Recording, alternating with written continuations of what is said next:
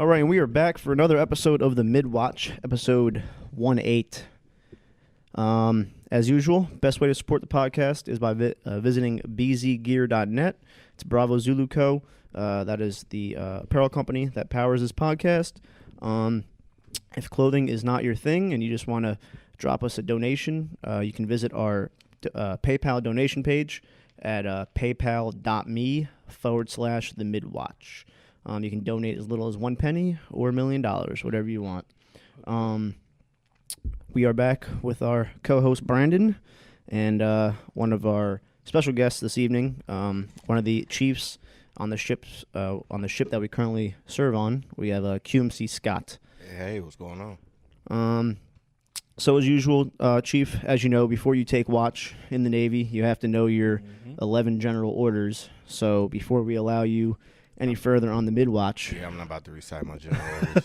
we have to ask you the 11 general questions. All right, just kind of get the brain going before we get into the interview. Let's do it.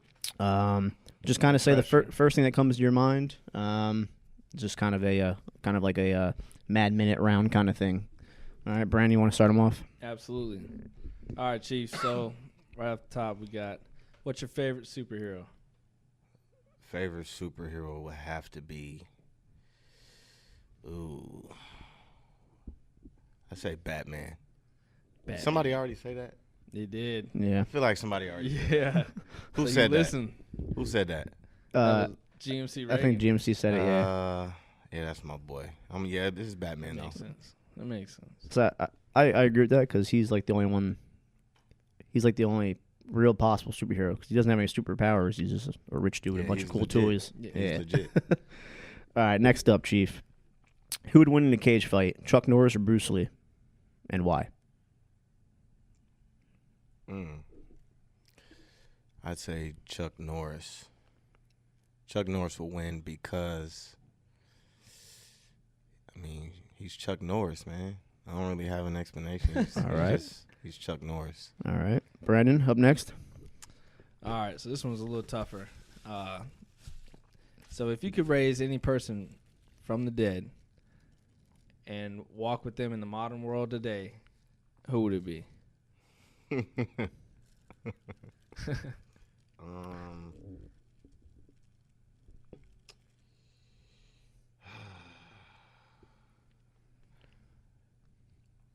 Man, that's tough. Chief Reagan was picky. He wanted us to give him a time frame, like an error. Yeah, it's like is that like forever, or like in the last 20 years? Let's say, well, you pick. What's Man, well, let's go with forever. Great. Does that make that easier? Made it a little bit easier. Absolutely. All right. Anybody that's dead. That's dead that you can raise from the dead. To have them walk in the modern world to see like what it is. I would say Martin Luther King. All right, respectable. Absolutely. It's awesome. I'm next, right? Yeah, it's. All right. What was your first car ever? Ooh, first car, 1989 Ford Escort GT, stick shift, black on black. I paid $500 for it. What's up? I say, what's with all the Chief Reagan said he paid like $300 for his first car. Yeah, I paid $500 for it in 2002. Damn. Yep. All right, Brandon, next. Is that the one with the? Did you have the seatbelt that came up? Yep. Definitely had the seatbelt that came up. You had to pull it up. Yep. Go across your body. Yep. My buddy, I think, had the same exact car. My buddy Morgan in high school. Yep. What year did you graduate high school? 2001. Okay.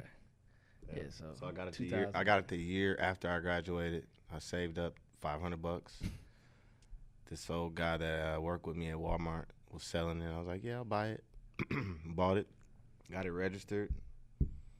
I was money after that. On the road after that. Yep. That's what's up.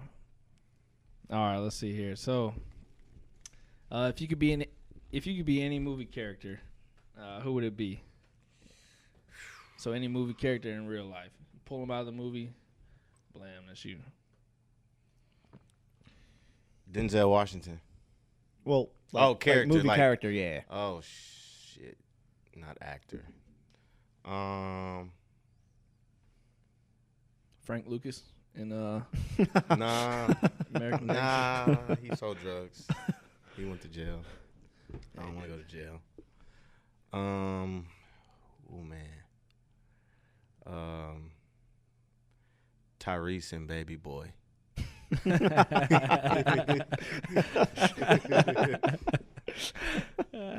We'll get to that later. All right. If you could have dinner with one person, who would it be? Anyone? Jay-Z. That was quick. All right. So yeah, I think you skipped that one, Brian. Oh, did I? Yep. I'm bouncing around over here. Jay-Z. All right, so what's your favorite chick flick that you got caught watching? Definitely Sex in the City. The movie? Movie? Yeah. What's that? Yeah. 'Cause that's a show too, right? Or And the Yeah, show. it is, Yeah. yeah. I watch both. All Don't right. tell anybody. If you could only, Oh, it's live now. if you could only have one, which one would it be? Honor, courage, or commitment? Ooh.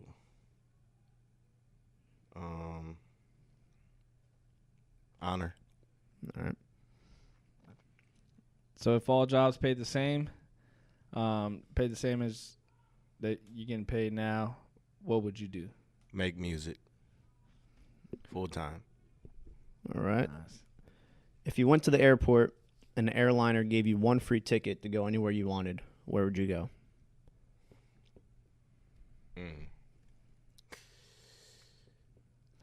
Man, that's tough. Like today, like Yep. right now. Yeah, right now. Here's a free ticket. You can go anywhere you want. Where you want to So go? where am I sitting? Am I sitting in coach? Am I sitting in first class? Am I sitting in economy comfort? First class, anywhere you want to go. First class, I'm definitely going to Tokyo. All inclusive. Tokyo. All right. Delta 1. All right, then the last one we got here. So what's one item on your bucket list right now? Bucket list to sit courtside at either Madison Square Garden, Staples Center, or Boston Garden. I think that's the name of their arena. I think so. But one of those three arenas, sit courtside. That's my bucket list. And well, I For a only home get game? one. I only get one.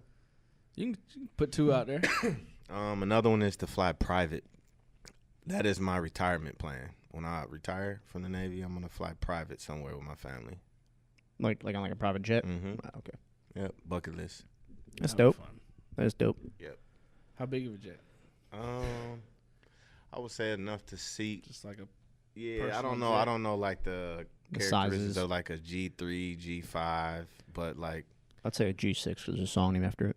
yeah. So I don't know how big they are, but I mean I guess enough to seat at least 15 people. Mm.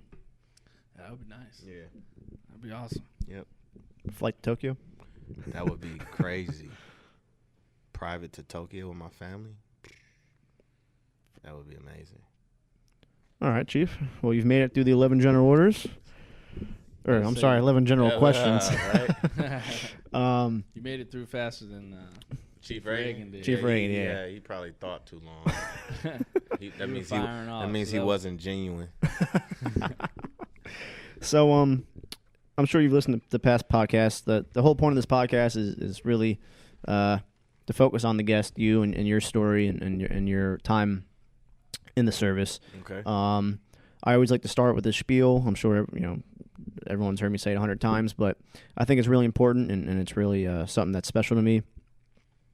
Is back in the day, in order for someone service member's story to get out there, History Channel had to come and do a big, production and put it on TV. But now with the way that we have technology, I can buy a $200 mixer on Amazon and a free program, and I can get everyone's story that I come in contact with out there. That's a fact. So I think that's really cool. So that's the whole premise of this podcast, is really just to focus on you and your story. Okay. So I like to kind of start in the beginning, right? What kind of made you join? So I'm sitting in your math class, senior year, next to you. Who are you, and what kind of guided you to join the Navy? So high school, I was into sports. So I played basketball. I played varsity basketball. I played baseball varsity. I played basketball longer, but I was better in baseball. So that was my thing in high school. I wasn't really into anything but that. I was pretty decent in school. B student, average. And my plan was to leave high school. Well, let me back up. So first and foremost, I'm from Detroit. So I grew up in the Detroit public school system, which wasn't that great. But they had a program in my high school that was kind of, quote unquote, accelerated, if that's what you want to call it. So Okay. I had the privilege to be a part of that program because I took a test and they were like, oh, yeah, you're smarter than the average kid here. What grade was that? That was ninth grade. I started off ninth grade in, the accelerated program. Actually, I went to 3 high schools. And not because I got kicked out for being bad, but I started off at a Catholic school, St. Martin de Porres. And I went there from my 9th and 10th grade year, also playing baseball and basketball. But parents had to pay for me to go. Mm-hmm. It was kind of expensive, so obviously it came a time where they couldn't afford to send me and my brother at the time to the Catholic school. So we're like, oh, you can go to a public school that's free with a great academic curriculum. So I went to another school, Renaissance High School, and their curriculum was like crazy intense. Like I thought I was smart, but I really wasn't smart. So I did 1 year there and I got kicked out for academics, not being bad. I just wasn't that smart. And then I went to my local public school in the area, Redford High School is where I graduated for my senior year. And so my plan all along was to go to college after I got out of high school. So I did that. I went from Detroit to Louisiana, Baton Rouge. I got accepted to Southern University, which is a historically black college and university. I went there to study architecture because I like to draw. And I went there. It was like a different environment, a different world because I'm a city guy from Detroit. I went to country-ass Louisiana, and it was like flying roaches. The music they played was slow as hell, and I didn't know what it was. I thought the music, something was wrong with their tape, and their CD was skipping or something, but come to find out it was DJ Screw. And I was like, oh, that's a thing. So it was a different environment, but it was a good experience for me because I got to see something outside of the city in Detroit. I went there for 2 years and realized that college really wasn't for me. So I went back home to Detroit. I got a job at UPS as a UPS loader for the trucks that deliver the packages. So, they pull the trucks in. They got all the packages coming down a belt. You load them up. You're done. So I worked 5 hours a day for 5 days a week. Didn't get paid nothing. Then I got another job at Walmart as a photo lab technician. So I developed photos all day. Was that back in the day when we had the crank cameras? Yeah, you had to drop them off. Yep, they dropped off the little reel. Yeah, put them in the package. Tell me what they want. If they want matte, they want glossy, and I process them, and they come back in an hour and pick them up. So yeah, that's what I did. I did that for about a year and a half. And one day, I never ever thought about the military. Never. I woke up one day. I was living with my uncle at the time. Once I got back home from college, I woke up one day. I was like, man, my life is shitty. I need to do something different. I need to do something like to better myself. I was 20, turning 21. So I was like, let me go talk to an Air Force recruiter. So we all know the story. You go to the recruiting station. They got the Army, Air Force, Marines. They got the Navy. Army, Marines, always there. The Navy guy might be like, I don't know, I was smoking or something. Air Force office, always empty. Yeah. They're never there. So I went there to talk to the Air Force. They weren't there. And the Navy guy was outside smoking. And so I passed him up going through the door. He didn't say anything. Walked in there, looked at the Air Force office. They were closed. They had office hours. So I left. And as I'm walking out, he's like, hey, you looking for somebody? Typical recruiter stuff. Mm-hmm. And I was like, yeah, I was actually looking for the Air Force, blah, blah, blah. So from that point, he sold me. He talked to me for about 20 minutes outside while he was smoking a cigarette and asking me all the right questions and pretty much probing me and blueprinting me, finding out my background. And I was like, yeah, just come on in and let's talk a little bit more. So I went in his office. We talked. So we spent like 3 hours legitimately talking about what he did in the Navy, like all the places he's been, showed me pictures. Like, he sold the shit out of me. Salesman. Yeah, it was a wrap. So he was like, yeah, man, this is what the Navy's about. And then on top of that, he had, at the time, a 2001 Ford Excursion with like 26-inch rims, like sound system, paint job. I was like, damn. You know what I'm saying? He made it. Like, oh shit, like he doing his thing. So after we got done talking, he was like, yeah, so what do you think? I was like, man, where do I sign, pretty much? He was like, so you need to take a test. You got to go to MEPS. I didn't know what any of that meant. We can schedule your test tomorrow if you want. And the test will pretty much tell you if you qualify to get a job in the Navy. I'm like, damn, I ain't been to school in a minute. I need to brush up on my math and stuff. He's like, oh, no, you're good. So he gave me a practice test. I did well on the practice test. He was like, yeah, so we'll schedule for the test tomorrow. Cool. Took the test the next day. And he was like, yeah, so when you ready to process? So 2 weeks later, I processed, and I picked my job. And I was in depth. So kind of stepping back a little bit. Yeah, I know I was talking a lot. That's fine. Yeah, my bad. Kind of a joking question, but what was like the craziest photo you ever Seen? Printed? Yeah. From him? No, like when at your job at Walmart. Oh. Like, do you see anything like crazy? Oh, as a photo lab technician, I've probably seen, man, that was so long ago, but. Nothing sticks out. No, like I would crazy say bachelor party. Nah, it wasn't, because we had a policy on nudity and stuff like that. So I can't recall anything that crazy.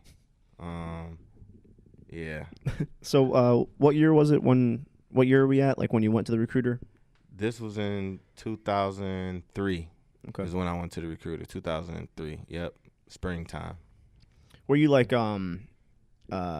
nervous at all? Because kind of that's when everything kind of popped off, with the wars and all that. Was that kind of in your mind at all, or? No, it wasn't, because the war. We were over in Iraq at that point. Everything happened 9/11. So it was a few years after that. And once he was talking to me about what the Navy did, I was like, oh, okay. We're not really like boots on ground. So, okay. I'll be cool. So that wasn't really a concern that much to me at that point. Yeah. So did you come in as a QM? So I did. So there's another story about that, right? So I'm a junior, and I'm African American from the inner city.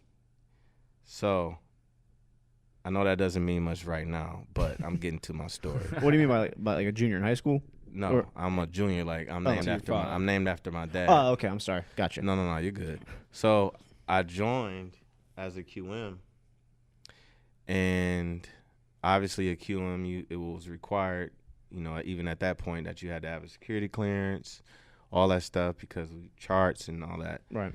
So everything was cool. Mind you, I was 20, never had a car, really. Never had a car note, never financed anything, never really established credit or nothing like that. Right. So everything was good, and then I got to boot camp, and it was like, hey, come here and talk to somebody. Something popped up. So I'm like, man, what did I do? I'm starting to think, like, what did I do that they're calling me, telling me something popped up? So come to find out, I had a repossession, I had a bankruptcy, and I had like a fur coat that was in default in my name. That was in like 1997. So I'm looking at it like 1997, you realize I was 14 years old. Buying minks. So there's no way I had a mink. There's no way I had a fucking repossession. There's no way I went bankrupt. And they were like, so you're named after your dad? You think he would do this? And I was like, quite possible. So there you go. So the rest is history. Did that hold you up at all? That did hold me up because they had to pretty much like my SF-86, my J-Pass and all of that stuff was on hold because it popped up that I had all those things, so they couldn't grant me a clearance. Right. So they're like, yeah, so you're good. We're just going to like send you to Seaman ATD, which is deck, like pretty much, yeah, which was at the time they called it Seaman ATD. So they sent me, I graduated boot camp, and I went across the street to Seaman ATD, not Quartermaster A School. And they told me, basically, when your clearance gets cleared, you'll be able to come back to A School and be good. It didn't clear until I got to my ship. Oh, wow. Yeah, so I was in deck all along. And ironically, what happened, I had to strike QM after I was already ready to QM. But something happened. I don't know. Somebody dropped the ball. I had to strike QM. And then once I struck after that, that was it. I've been a QM ever since. So that was really like 6 months after I got on my first ship. I was in deck. So for our non-military listeners, can you kind of give us a brief description of what a QM actually is? What do you do? Yeah, so Quartermaster, we're responsible for the safe navigation of any vessel. So safe navigation pretty much saying, hey, I want to go from Pascagoula to Key West, Florida. It's my responsibility to pretty much navigate us from here to there, not run over anything, and keep the ship out of shallow water. That's what sums it up. It's definitely, I mean, that's kind of a simple explanation, but I know there's a lot more that goes into it. It's more to it, but I mean, that's the layman's. That's the gist. That's the layman's way of describing it. Awesome. So were you worried at any point when they sent you to the Seaman ATD? I was pissed because when I got there, it was like all the delinquents. No offense to anybody in deck. Deck is not a bad thing, but it made me feel like I was less of something. Just back then, how they made you feel was like, oh yeah, you're gonna be like line handling, you're gonna be chipping painting and swabbing the ground for all the civilian, the floor for the civilian people. I was like, man, this is not what my description for Quartermaster was. This is not what I signed up to be. So I was a little butthurt at first, but you know, when I was in deck, I did my thing, and I didn't have any issues because I had to make the best of it, the best way possible. So, you know, it worked out. It worked out actually pretty well. I think I learned a lot. So that's why I say deck is not bad. Right. That's good. Yeah. So I'm glad you made it out of there. That's right. That's coming from an FCA. Yeah, I'm glad you made it out of there. You scored a 99 on my ASVAB. You hear people, they get stuck there for their full enlistment. So yeah. For the listeners out there, that's what's up, though. Yeah. So where are we at now? So QMSN at the time? QMSN at the time. Headed to your first ship. I'll let you take it from there if you want with your career after that. So I want to back up a little bit, and this is not a brag. This is a little humble brag, as people say. But in boot camp, I got meritoriously advanced from E2 to E3 because I was the honor recruit. I know my guys here that's hosting the podcast, they know what that is. Mm-hmm. So I had the luxury, even though I was in deck, and once I got there, I was in deck for 6 months, and I struck back to QM. I was able to take the exam fairly quick. So I took the exam for third class, which is E4, and I made E4 first time up. So I was a QM3 after like 9 months on board or something like that. So it was pretty fast. But nowadays, back then it was fast, but nowadays that seems pretty common. I mean, people show up to ships now as E4s. Right. So I made E4 first time up. I was on a cruiser, guided missile, Cape St. George in Norfolk. And, I was doing my thing. And then 2 years later, I made second class. So at this point, I had been in the Navy 3 years. I made second class. And then my 4-year mark came. I transferred from the cruiser to an amphib.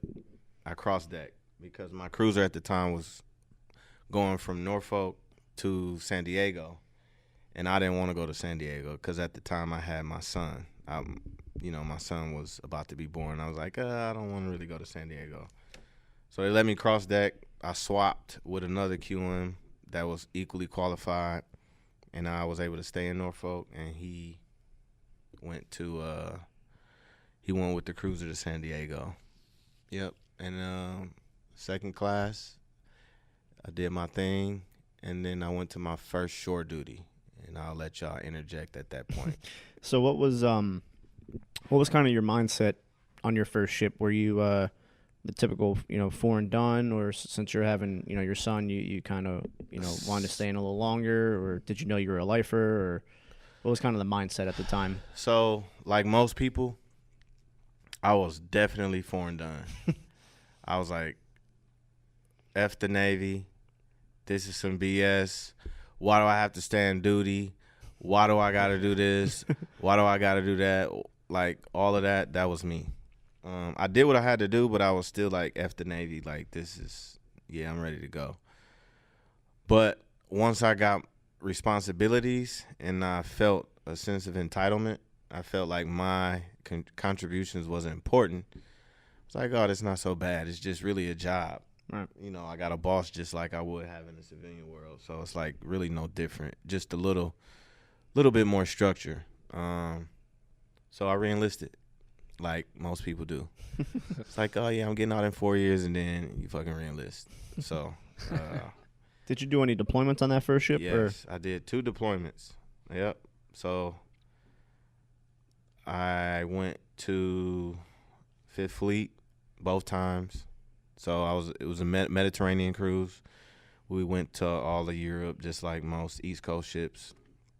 I did 2 deployments in 2.5 year time frame. So it was pretty fast paced. Yeah. So that's a lot. Was the op tempo like a lot faster back then because of the war and all that, or going over? Well, I would say yes, it was because in between those deployments, we still went underway. Right.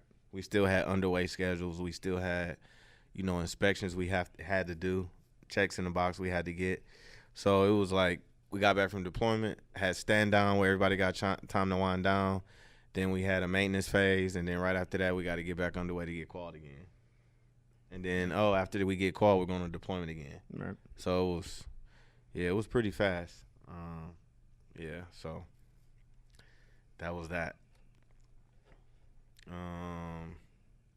And I did a deployment on the amphib when I transferred too. So that's 3 deployments, my first enlistment. What kind of amphib were you on? It was a LHA-4, USS Nassau. They are now decommissioned. She decommed in 2010, I think, 2009, 2010. Do you still have the Marines on that one too? Yep.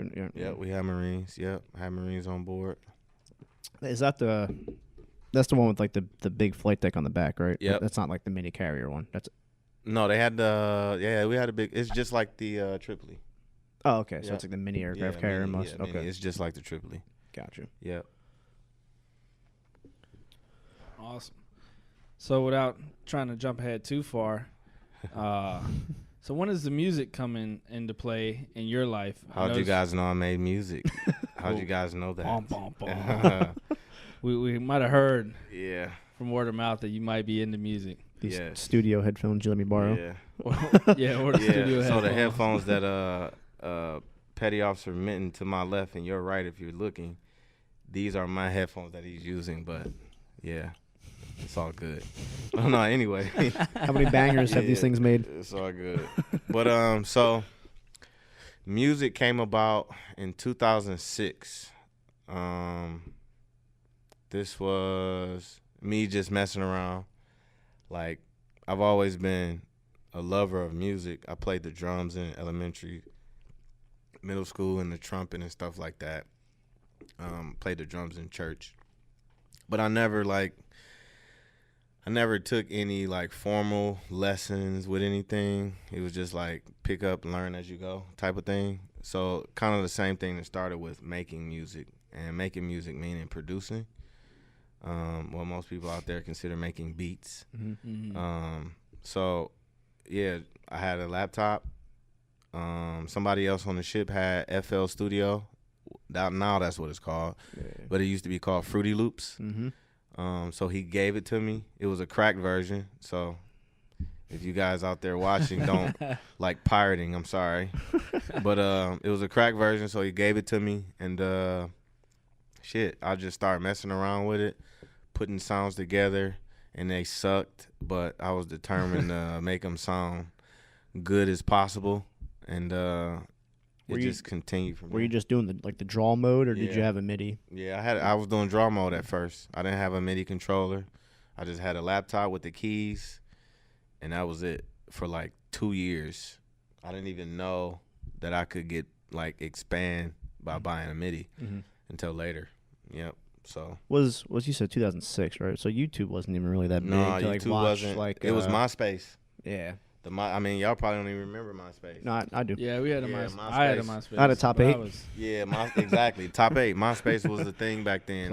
Yep. But I mean, as far as like looking up like tutorials and stuff, I mean, like, nope. It was just all kind of It was just all kind of like self-teach, everything. Unless you knew somebody that knew how to use it. Right. To help you out. Yeah, to help you out. But everything was like, I was self-taught. What's your just because I kind of have a music background myself. Yeah. What's like your favorite thing about music? My favorite thing about music, I think, is putting sounds together. And like I consider music to be like seeing. It's weird because like I hear stuff, but I can see it. Mm-hmm. I know that sounds weird to some people, but if something sounds good, I can see it. And that's the beauty of it for me.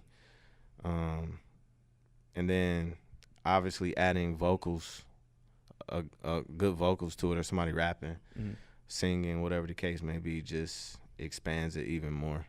Well, it must be pretty gratifying. I mean, I never produced. I just did the DJing thing. Yeah. But I think it's pretty cool.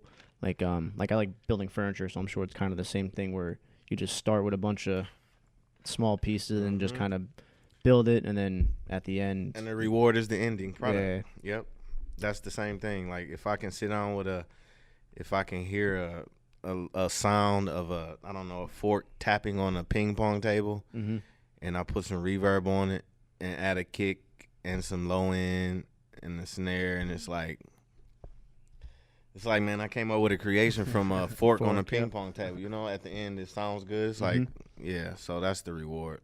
Do you still use Fruity Loops to this day, or have you moved on to like Ableton or? Well, I guess is that really for producing Ableton? Ableton is right. Yeah. Ableton has stepped their game up. But yeah, so I have FL Studio, and I actually purchased the real version from Guitar Center, the newest one, last year, and I've probably used it twice because I'm very loyal to Reason, and it's so FL Studio is made by Image Line, I believe. Image Line. Reason is made by Propeller Heads company, and I've been with them pretty much since 2008. So I had Fruity Loops. I tried that for 2 years, and then I crossed over to Reason, and I haven't left Reason since 1.0. I still have to. I remember I told you like months ago I was going to give you the Vengeance pack that I have. Yeah, you need to give it to me. Yeah, I'm going home this weekend, so I'll bring back my hard drive. I'll make some use of that for sure. I know it has like a bunch of 808s and stuff on it. It's like a huge pack. Arab music songs. Yeah. It's the pack. I know he used that pack back in the day. I'll definitely take that. I gotta find that hard drive. Snatchies. I mean, I got it pirated, but I know like back in the day, it was like a $600 pack. Will it work on a Mac? Yeah, that's what. Oh yeah, we good. We're good. You lost over there? Yeah. I'm just soaking it all up right now. He's sitting here quiet, like, I don't know what they're talking about. Yeah, I like Fruity Loops and Cheerios too. Apex, Fruity Loops. Oh, Right. Man, Lucky Charms, that's my cereal. Right. Some Frosted Flakes. No, I have no musical talent at all, but I bet you do though. I do like people that, are passionate about music and have that talent. So I never grew up playing music or an instrument or anything like that. Yeah. So I just felt, That's one You thing. listen to Never music had though, it. right? Oh yeah. Yeah. Absolutely. So I think music is for everybody, man. I agree. Music is like one of those things that will never die. Music can put you in all types of different moods. What do they call it? The universal language, That's right? what I'm saying. Yeah. Like it doesn't matter what.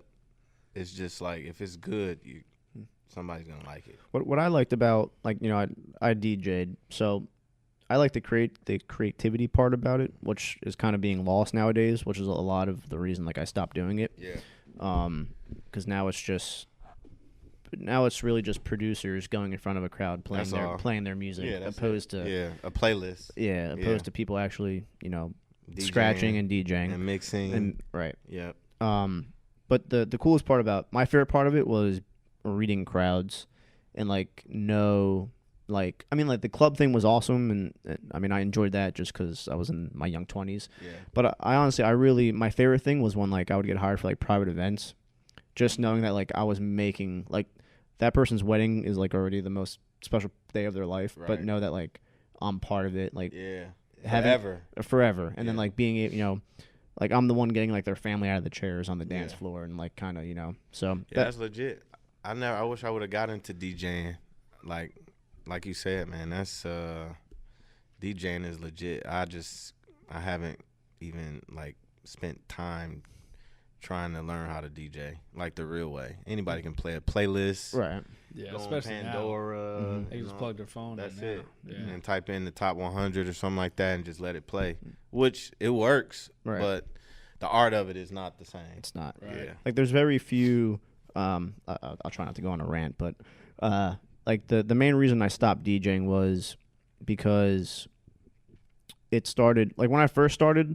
A lot of the club owners in my area still appreciated good DJing, and they still used the DJ's name to bring crowds. Yeah. But then as kind of the 2010, 2011, when EDM got really big, DJing just became a fad. Yeah. Everyone changed their Facebook name to DJ blah blah. You know what I mean? Right.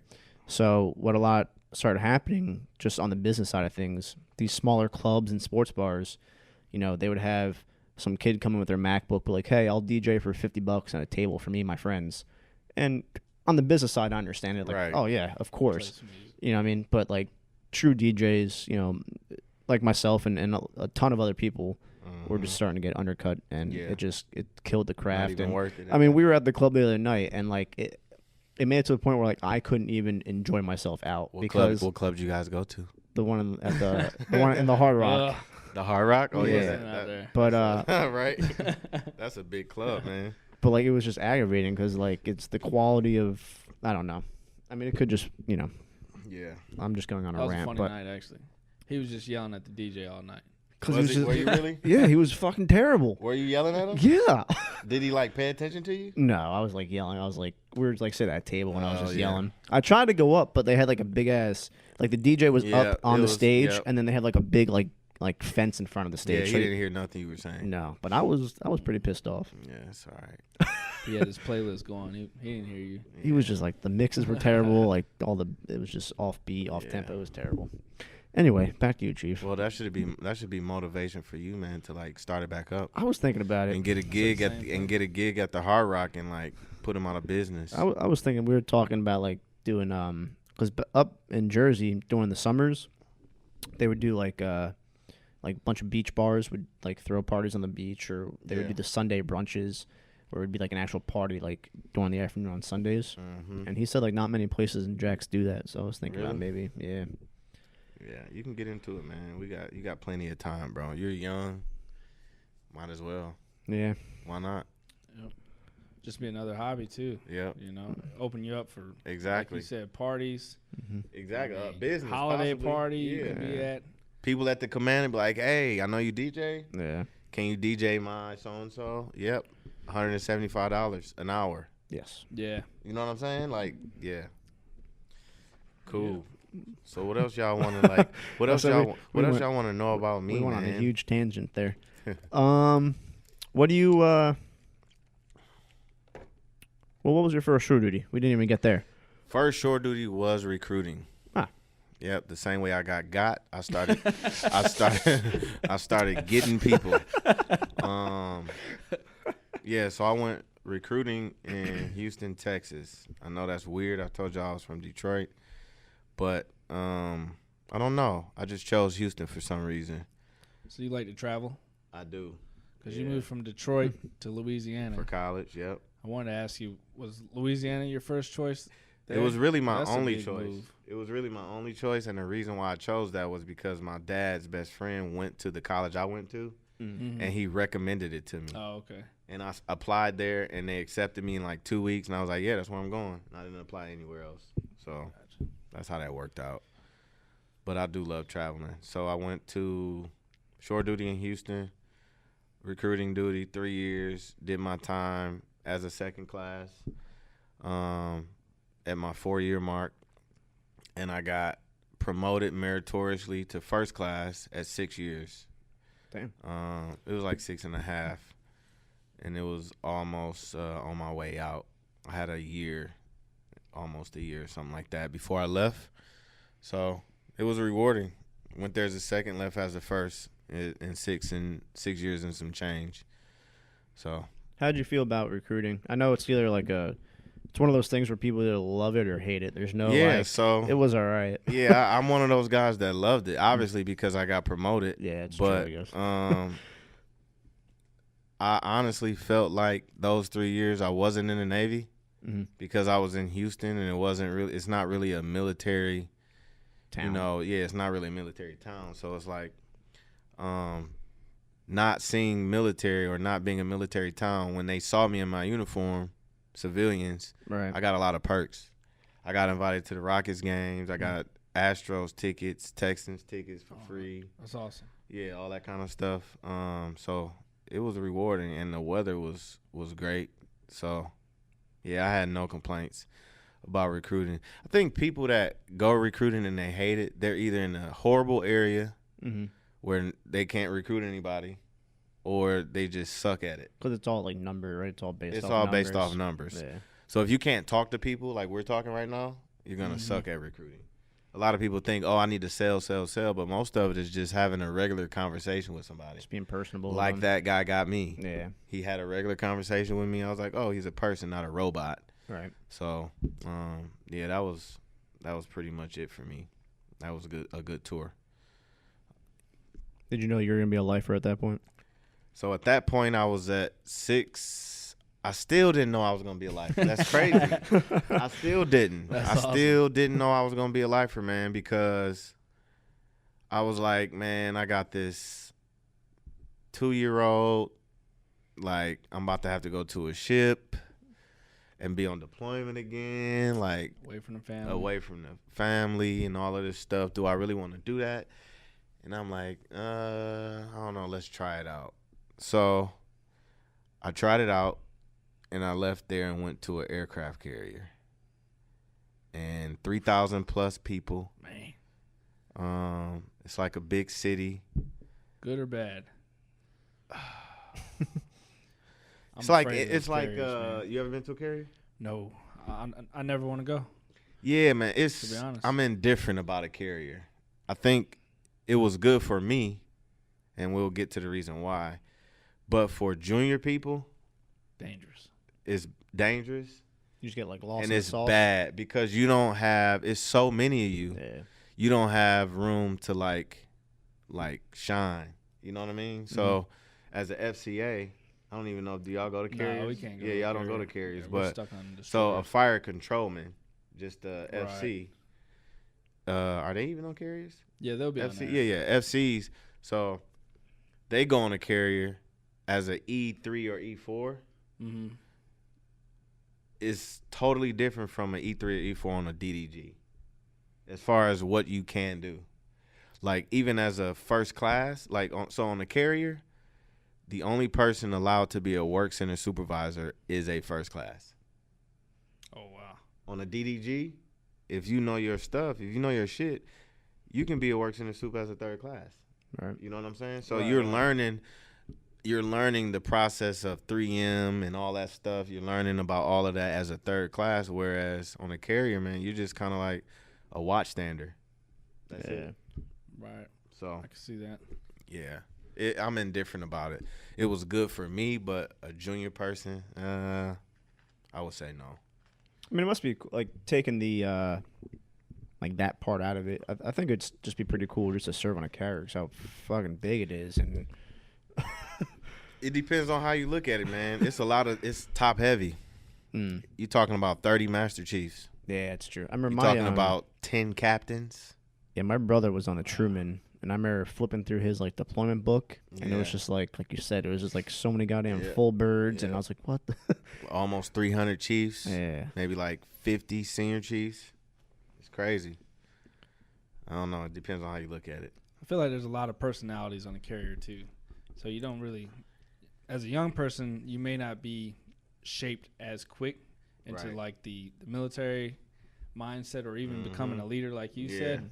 Whereas a small boy, you come in, you learn real quick Yep. what the mission is, Exactly. and if you're messing around, jacking around, Yep. you get put in line a little faster. Quick. And then on the carrier, You can skate through, you skate through. disappear. Yeah, Nobody see you. and that's why I wouldn't want to go. Yeah, I don't. At this point, If I had any way to prevent junior people of going to a carry out of boot camp, I would do it.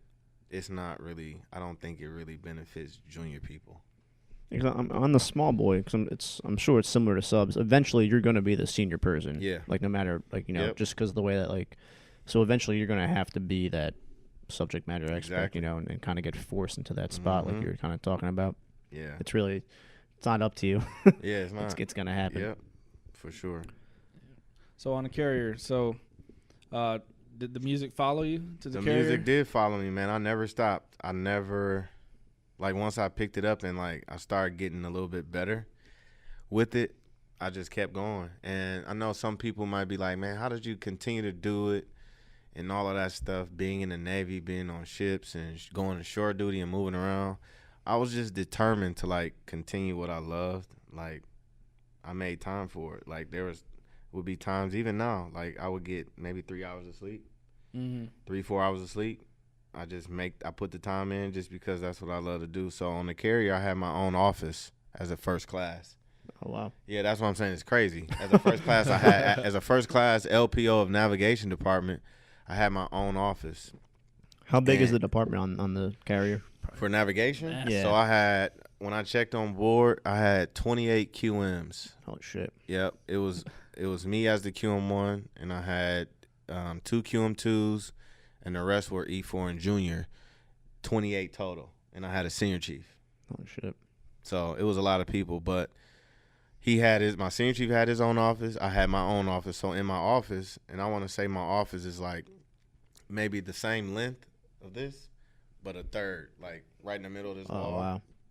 But I mean, we had equipment and stuff in there, but like the back half of the office, I had my computer, my work computer, and I had my 5-inch Yamaha speakers. I had my laptop, I had my headphones, I had my MIDI keyboard, my audio interface That's so cool. on the 05 level on the carrier. Damn, you had the setup. Yeah, nobody heard it. I'm sorry, was it you ever get noise complaints? Never. Nobody never complained about noise, and I had that shit blasting every day. Is that the 1MC? So did you find a lot of creativity out at sea in a weird way? Is that Yeah, no, that's true. I don't. because you got a lot of time to think at sea? Yeah, I don't think so. I think I found more creativity like after we pulled in a port, and then I got back underway. Because you pull in somewhere, you get a different experience or something. I might hear something, like going to Thailand. It's like the music there is different.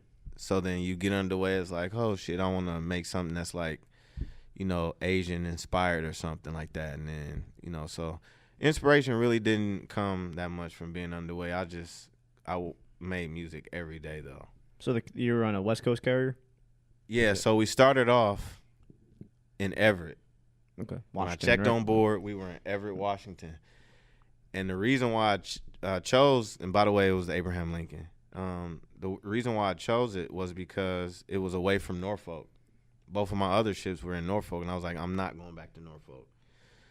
Checked on board. They like, hey, guess what, QM1? We're doing a round the world tour, Change your home port. and we're doing a change of home port to Norfolk. Oh my god. We have to do a refueling overhaul. And I'm like, all right, thanks.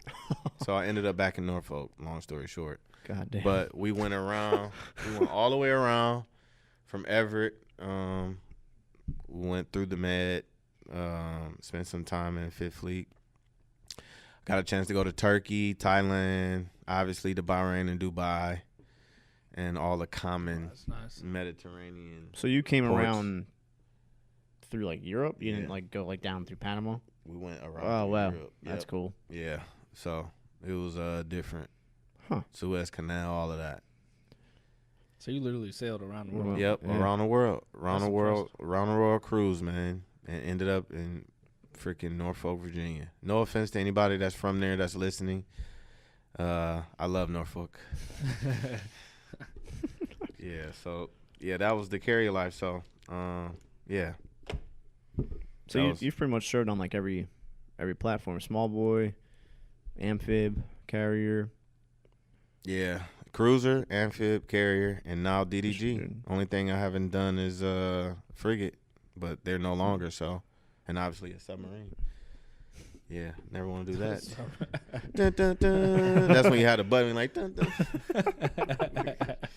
Yeah. So what would you say was your what would you say as far as your sea tours go? Kind of give you two options here.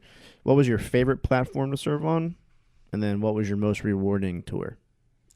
Favorite platform by far has to be CG-71, Cape St. George, cruiser. All male. Captain was single. XO was single. CMC was single. Max Liberty for everybody. 12 ports, first deployment. Wow. 6 months. On a 6-month deployment. Yes. I I did was 9.5 and we hit 10. I was broke as hell. Yeah. That's like 2 ports a month, right? Yeah. I didn't have any money. Holy shit. And I was an E4. Broke.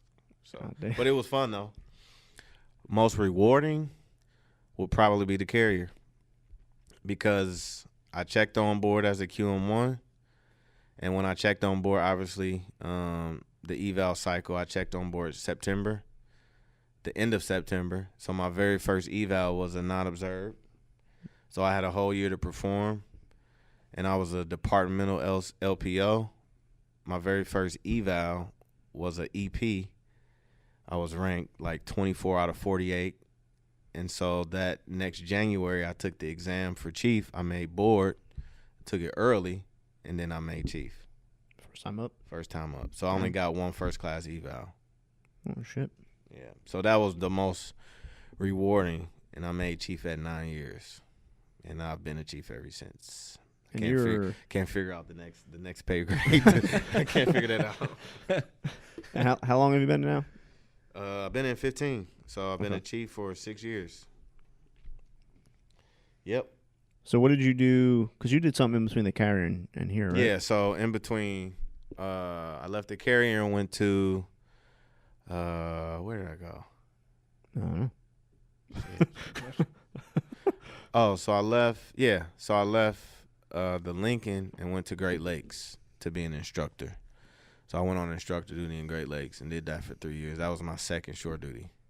Okay. Yep. So- That was a cool tour. I mean, it was legitimately a shore duty, like no duty, no CDO, but it was cold as hell in Great Lakes. So that's the trade-off.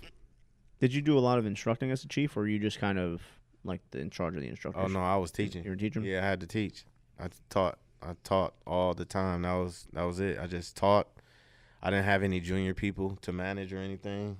I just did my thing and went home. Had a lot of time to do music on this last shore duty. How about you? When you were in your pipeline, did you ever have chiefs instruct you?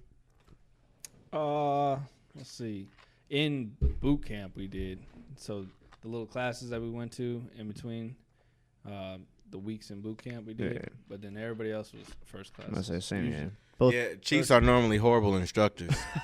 That's what he was trying to get at, guys? No, I was, So I asked that. I was saying I'm that. joking, I'm joking. Yeah, that- why would they do that? I always Why would thought- they let a chief. I always thought it was weird that they like more Chiefs didn't teach because they're obviously more experienced and stuff like that. I mean, obviously there's a curriculum that everyone has to follow, so it's not really like an experience based thing. But I don't know.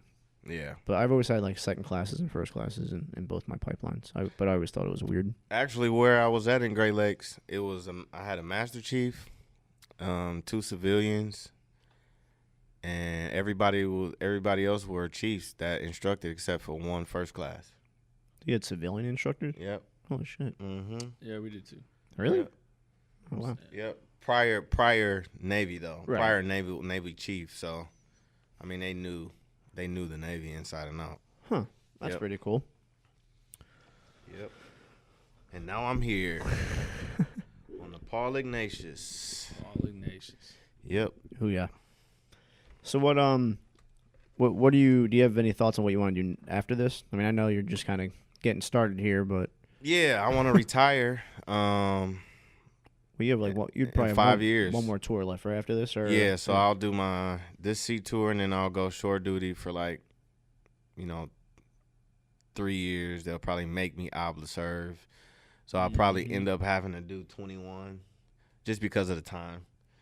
And then after that, the plan is to chunk the deuce. I did my time. Thank you. I love you, but I got to go.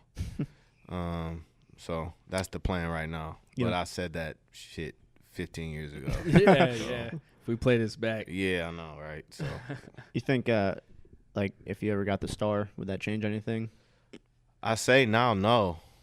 To be honest with you, I say now that it won't change my plans, but like I Never said, know. like I just like Yeah. shit. I said I was getting out in 4 years and I made second class, and it was like, So who knows? I'm preparing myself to be done.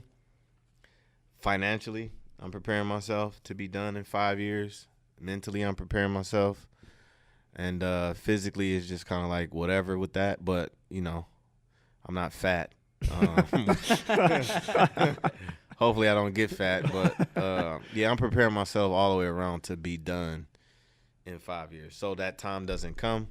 And I'm like, oh, I need to pay off this. I need to do that. I need to do this at that 5 year mark. And then I got to stick around Right. and just collect a paycheck for that reason. I don't want to do that to the Navy. I care. Yeah, I don't want to waste. You know what I'm saying? I don't. Mm-hmm. People that do that is kind of like, check. yeah, I mean, Just treat it like a 9 to 5, and then just yeah, kinda, that's whack. yeah. Yeah, that's whack. So we pretty much wrapped up the career, but I'm really interested in the music, and that's one reason we definitely wanted you on the podcast, because you got a different story and a special story that people that are listening may not know about members in the military. Yeah. So I'm gonna pass it over to you again with where you're at with the music now, and what do you do now with the music. Yeah, I appreciate that. I don't really walk around work talking about it to people. It's one of those things. I've never been like a boasty type of person and brag about stuff about what I do outside the Navy unless we have a conversation. Like HM2, he's in my department, and we just had a random conversation one day, and he's like, yeah, I got this business with the with the shirts and stuff, and I think he asked me what was this tattoo I have on my hand. Oh yeah. And that sparked a conversation. I kind of explained it to him. But so the music, I don't want to get too off, answer your question, but the music to me is like really everything. The Navy is everything too. Obviously, the Navy has given me an opportunity to do what I want to do in music. Mm-hmm. But the music is like really a very huge focus for me. So I have a lot of music that I've produced and published on iTunes. I work with a lot of independent artists from around the world. If anybody's listening, I don't like to even name drop, but if you listen to Drake's music, there was a huge fiasco in 2015 about him having a ghostwriter. Mm-hmm. Yeah. Y'all remember that ghostwriter's name? Yeah, so I have a lot of music with that person that supposedly was a ghostwriter for Drake. I'm not even going to name drop. You guys can, like, look it up. Yeah. I produce a lot of music for that person. Actually, my younger brother, who's 20, we have a project coming out Friday. Self-plug. Dun, dun, dun. We have a project coming out Friday that I produced. Okay. Where can they find it? So I'll put the link in the it's going to be description. on all streamers, Apple Music, Okay. Google Play, Amazon Music. You search it. Easy Button Volume 2. His name is Easy Money. And it's my younger brother. So I've traveled. I've been in studios with a lot of big name people. I haven't made a whole lot of money off of it. And I think that's partly because I'm not doing it full time. Right. If I had the opportunity to dedicate full time to just music, I think I could very well live off of it. But because the requirements for it is I could sit in my room and in my house all day and make music, but I have to be in places where people are that make music also. Mm-hmm. So that's been a little challenge, but you got the internet now, Right. which makes it a little bit easier. You can send an email. You can talk to somebody on social media. Somebody can, share your name to someone else. And, but at the end of the day, if someone reaches out to me right now on my phone and be like, hey, we need you in New York tomorrow in the studio session with, I don't know, Nicki Minaj, what I'm going to do? I got to go into work and be like, hey, can I put in a leave chit? Drop a leave chit. Yeah. And then it might not get approved because the CO is gone. Right. You know what I'm saying? Stuff like that. So it's been a challenge, but I think I've made it work in my favor as much as possible. Have you seen a big difference in how, because you said you started in what, like 2006? Mm-hmm. That's when I got Fruity Loops. Got into the. Yeah. Have you seen that whole industry kind of? I mean, I'm sure it has with how the internet is and SoundCloud and all that stuff. Like it's. Yeah, man. It was like you said, the top 8 on MySpace. That was around the time. That was a thing around the time when I started. Mm-hmm. Like if you had a pop in MySpace, right? Like Soulja Boy, right? He blew up. He was like the first person. He blew really, up off of the internet in MySpace. He was like he was the staple guy. To what we see right now. Mm-hmm. So like I know a lot of people out there saw his recent rants. Right. We like Drake. Like y'all know, y'all can watch on YouTube. But Soulja Boy started that whole internet phenomenon. And even on YouTube too. He did a lot. YouTube too. He went from MySpace to YouTube. Yep. And now that's people don't even necessarily listen to music on Apple or iTunes. They go to YouTube. Right. Yep. And listen to it. You know what I'm saying? So I think to answer your question, has there been a change? I think there has been a change. And I think the segue for that change happened around 2006, 2007. Right. Because you went from MySpace to where it was damn near, if you look at MySpace as it was back then, now it looks like Nintendo. Right. To, what was after MySpace? It was kind of Facebook. I mean, it kind of phased out for Facebook. Yeah, but then I think Facebook back then, though, you had to have a college email address. Yeah, you had to have like a official business email or something. Mm-hmm. And then you jumped into like Twitter and Instagram, and that just like right where you got direct contact with these people, like DJs, like bodybuilders or workout people. You can directly contact them and be like, hey, and if they look at it and they answer you and you got good product, you never know what can happen. And it's like amazing, like what I can't think of an exact example, but like what like one retweet from like someone famous retweets your one song or whatever, and like how much business that will drive to you Yes. just off of simple, Yep. you know. Simple retweet. But how about like the money aspect of it? Because right, like back in the day, it was all record sales and how much CDs you sold, stuff like that. It's not like that But today. I say now the internet Yeah. it's they're not buying your song on YouTube. No. It's so like how does that? So a lot of people look at, you look at these people on TV and you see the jewelry, you see the cars, all that shit is rented Right. or not really theirs, to be honest with you. Mm-hmm. But you can make money in music. Everything is stream and download driven. No, it's not like raw album sales. At the end of the day, man, if you're not like the top tier artist like Avril Lavigne or Taylor Swift or Beyonce, a Jay-Z, a Drake, or Eminem, or Lil Wayne, if you're not those people, you're not making a whole lot of money just off of raw downloads and streams. Right. Because those guys are dropping music and they're averaging 300 million streams in a day. Right. You know what I'm saying? That's like that's a lot of fucking streams in one day. So I heard a saying. It's like it's not about how'd it go?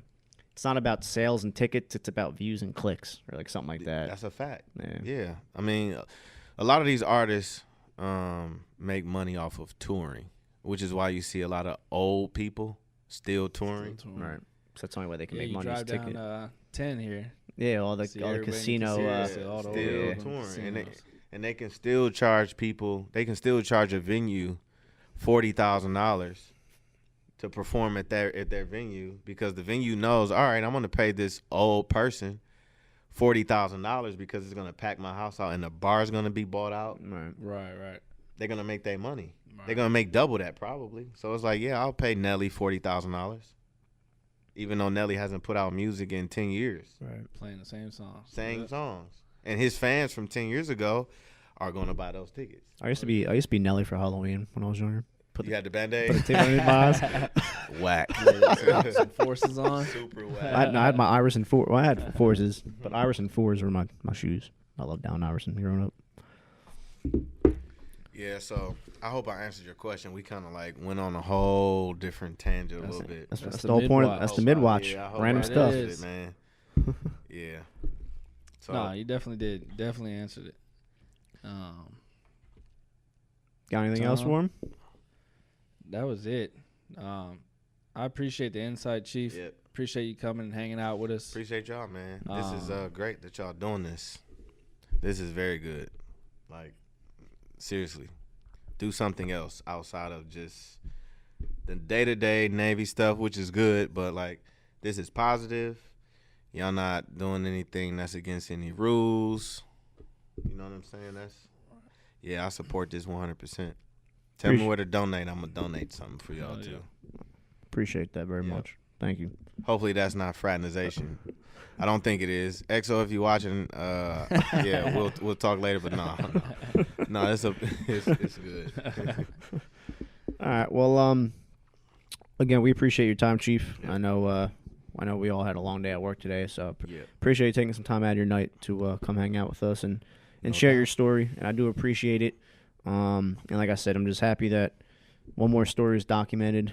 It's going to be out on the interwebs, and maybe one day your grandkids can listen to it or something. Yeah, you know, look at you, Dad. Look at you, Granddad. So, yeah, it means the world. Thank you very much for supporting us and supporting this podcast. Anytime. And again, listeners, thank you for listening. And until next time, no further entries. Oh.